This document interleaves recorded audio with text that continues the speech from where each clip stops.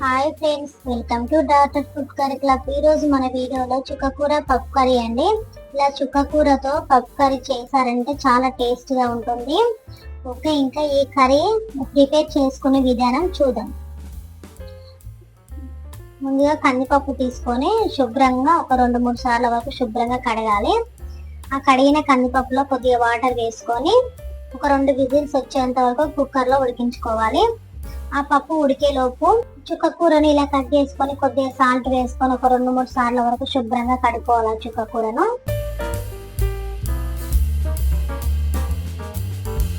ఇప్పుడు ఈ శుభ్రం చేసుకున్న చుక్కకూరని ఫ్రై చేసుకుందాం.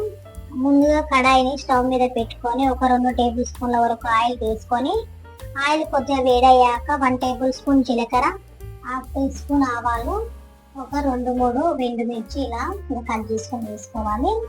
సన్నగా తరిగి పెట్టుకున్న ఉల్లిపాయలు, 5-6 వెల్లుల్లి ఇలా పచ్చగా దంచి వేసుకోవాలి. కట్ చేసుకొని వేసుకోవద్దు, వెల్లుల్లి దంచి వేసుకుంటే బాగుంటుంది. 1/2 టీ స్పూన్ పసుపు.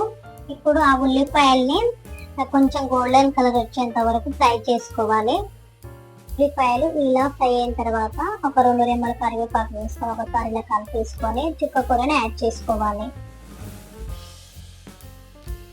చుక్కకూర యాడ్ చేసి ఇలా బాగా కలిపేసుకొని ఒక 5 నిమిషాల పాటు ఉడికించుకోవాలి. ఆ చుక్కకూరను మూత పెట్టుకొని లో ఫ్లేమ్ లో పెట్టుకోవాలి మంటని.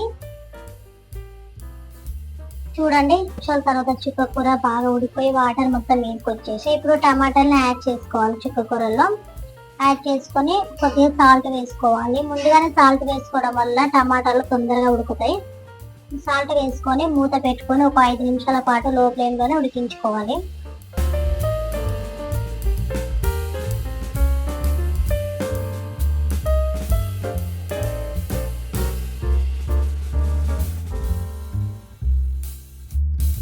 ఐదు నిమిషాల తర్వాత చూద్దాం.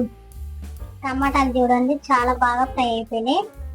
చుక్కకూరలో కలిసిపోయాయి కదా, ఫ్రై అయిపోయి. ఇప్పుడు మనం ముందుగా ఉడికించుకున్న పప్పుని యాడ్ చేసి వెంటనే కారాన్ని కూడా యాడ్ చేసుకోండి.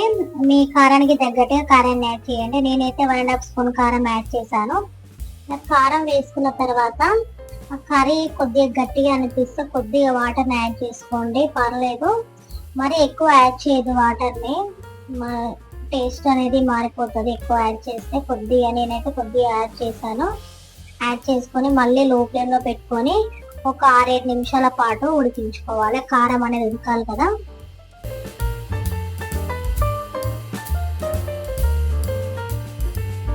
ఇదిగో 7 నిమిషాల తర్వాత చూడండి, కర్రీ చాలా బాగా ఉడికిపోయింది.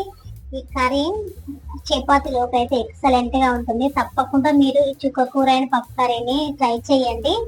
చాలా అంటే చాలా బాగుంటుంది. కొంచెం పుల్లగా కారంగా చాలా బాగుంటుంది. ఈ కర్రీ మీరు తప్పకుండా ట్రై చేయండి. ఈ వీడియో మీకు నచ్చినట్టయితే లైక్ చేయండి, షేర్ చేయండి, సబ్స్క్రైబ్ కూడా చేయండి. ఈ ఛానల్ నేను కొత్తగా స్టార్ట్ చేశానండి, అందరూ నన్ను సపోర్ట్ చేయండి. Thank you for watching. మరొక వీడియోతో కలుద్దాం. Bye bye.